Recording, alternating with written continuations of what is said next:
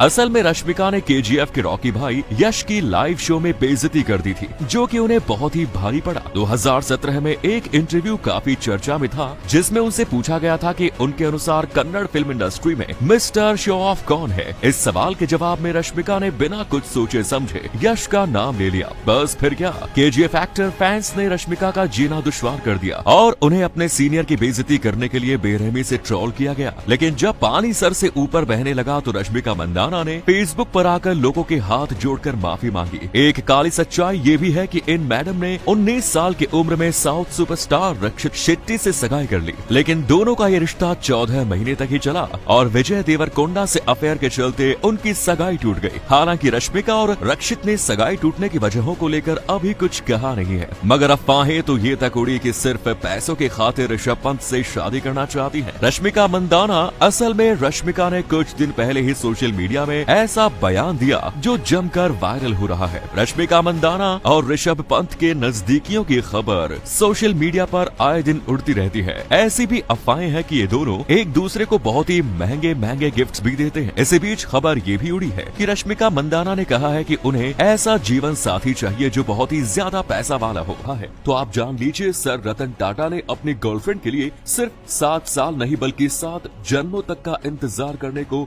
राजी हो गए थे। दरअसल बहुत ही कम लोग जानते हैं कि सर रतन टाटा आज भी सिंगल है।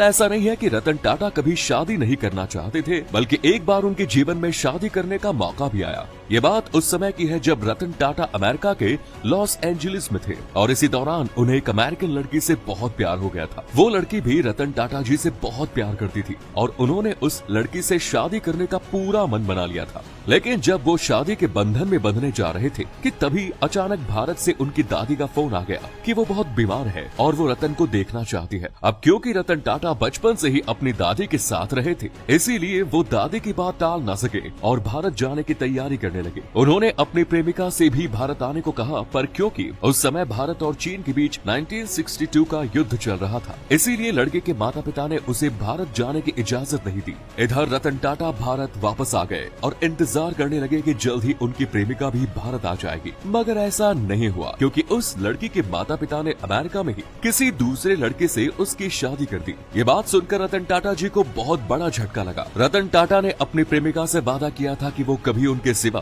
और किसी लड़की से शादी नहीं करेंगे और इसी के चलते उन्होंने आज तक शादी नहीं की, क्योंकि उनका उसूल है कि जब वो कोई वचन देते हैं तो उसे पूरा जरूर करते हैं। अब सर रतन टाटा के लिए इस वीडियो पर एक लाइक तो बनता है, लेकिन टाटा ने एक ऐसा काम कर दिया कि गौतम अडानी की रातों की नींद ही उड़ चुकी है। बात कुछ ऐसी है कि रतन टाटा जी अपने स्तर से नीचे आकर व्यक्तिगत तौर पर भी कई लोगों की मदद करते हैं। साथ ही जितनी गौतम अडानी की कमाई है उससे कहीं ज्यादा तो रतन टाटा डोनेट कर देते हैं। उन्होंने 2008 में मुंबई के ताजमहल पर हुए आतंकवादी हमले के दौरान भी ग्राउंड जीरो पर पहुंचकर अपनी हर संभव मदद की। साथ ही साथ होटल के कर्मचारियों के अलावा उन्होंने घायल और मृत पुलिस कर्मियों के परिवार को भी मुआवजा प्रदान कराया, जो करना गौतम अडानी तो क्या बल्कि किसी भी अरबपति के लिए आसान नहीं।